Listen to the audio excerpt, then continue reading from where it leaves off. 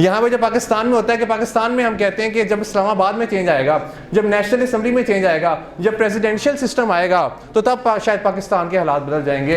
दरअसल हम जो अपना चेंज उसे एसोसिएट कर देते हैं नेशनल असम्बली के चेंज के साथ। हम सोचते हैं कि जब इमरान खान साहब जाएंगे, कोई नई हुकूमत आएगी, तब शायद पाकिस्तान के हालात बेहतर होंगे। हम भूल जाते हैं अपने आप को चेंज करना। हमें अपनी बैटल्स का इंतखाब भी सोच समझ कर करना चाहिए, हमें अपनी जंगों का इंतखाब भी सोच समझ कर करना चाहिए। जब भी मैं अक्सर गाड़ी चला रहा होता तो मेरे आगे जो दूसरी गाड़ी आती है, तो वो जब मेरी गाड़ी को ओवरटेक करने की कोशिश करती है, तो मैं अक्सर उन्हें स्माइल पास कर देता हूँ। मुझे पता होता है कि अगर मैं यहाँ पे गाड़ी रोकूंगा, उतरूंगा, इस शख्स से लड़ूंगा, तो मेरी एनर्जी और मेरा टाइम यहाँ पर वेस्ट होगा। तो मुझे अपने टाइम और अपनी एनर्जी को बचाना है।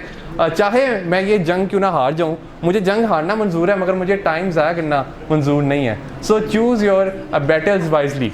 एक और रिसर्च जो मैं पढ़ा था, वो ये पढ़ा था कि जितने भी मर्द होते हैं वो औरतों से पहले फौत हो जाते हैं, इस दुनिया से चले जाते हैं।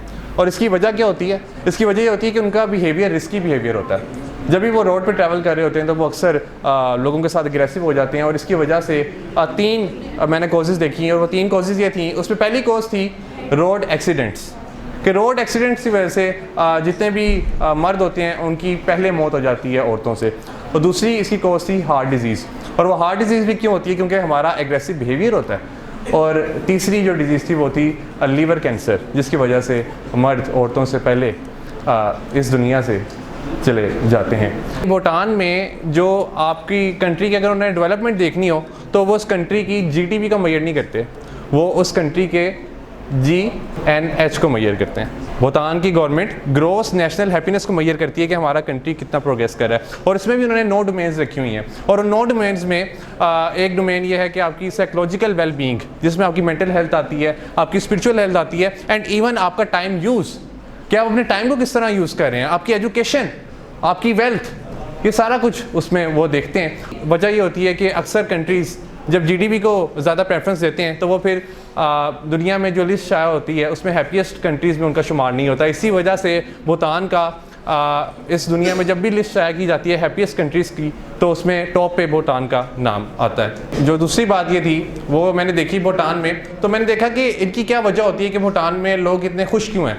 तो मैंने उसमें जो फाइंडिंग देखी, वो फाइंडिंग बड़ी ज़बरदस्त थी। और फाइंडिंग ये थी कि उनके लोग उनकी हैप्पीनेस की वजह होते हैं। और मैंने देखा कि उनके लोग उनकी हैप्पीनेस की कैसे वजह होते हैं। मेरी दरअसल नहीं आदत है कि मैं आगे से आगे चीज़ों को एक्सप्लोर करता चला जाता हूँ। अब मैंने जब ये देखना स्टार्ट किया तो मुझे पता चला कि 1972 में उनके जो किंग थे उन्होंने डिसाइड कर लिया था कि आज के बाद इस हमारी कंट्री का हर एक शख्स अपनी जिम्मेदारी खुद उठाएगा। यानी कोई भी शख्स हुकूमत से ये नहीं कहेगा कि आपने आके मेरे हालात बदलने हैं। ऑक्सफोर्ड डिक्शनरी वालों ने एक वर्ड को वर्ड ऑफ द ईयर कह दिया, और वो वर्ड था टॉक्सिक। टॉक्सिक वर्ड को उन्होंने वर्ड ऑफ द ईयर कह दिया। और इसकी वजह जब पूछी गई तो उन्होंने कहा कि आजकल लोग गूगल पर सबसे ज़्यादा सर्च कर रहे हैं कि how to deal with toxic friends, how to deal with toxic people. आज ये टॉक्सिक वर्ड इंसानों के लिए यूज़ हो रहा है, और ये टॉक्सिक वर्ड इसलिए यूज़ हो रहा है क्योंकि हम अपने रिलेशनशिप्स को उस तरह से नहीं देख पा रहे, हम अपने रिलेशनशिप्स को कल्टीवेट नहीं कर पा रहे।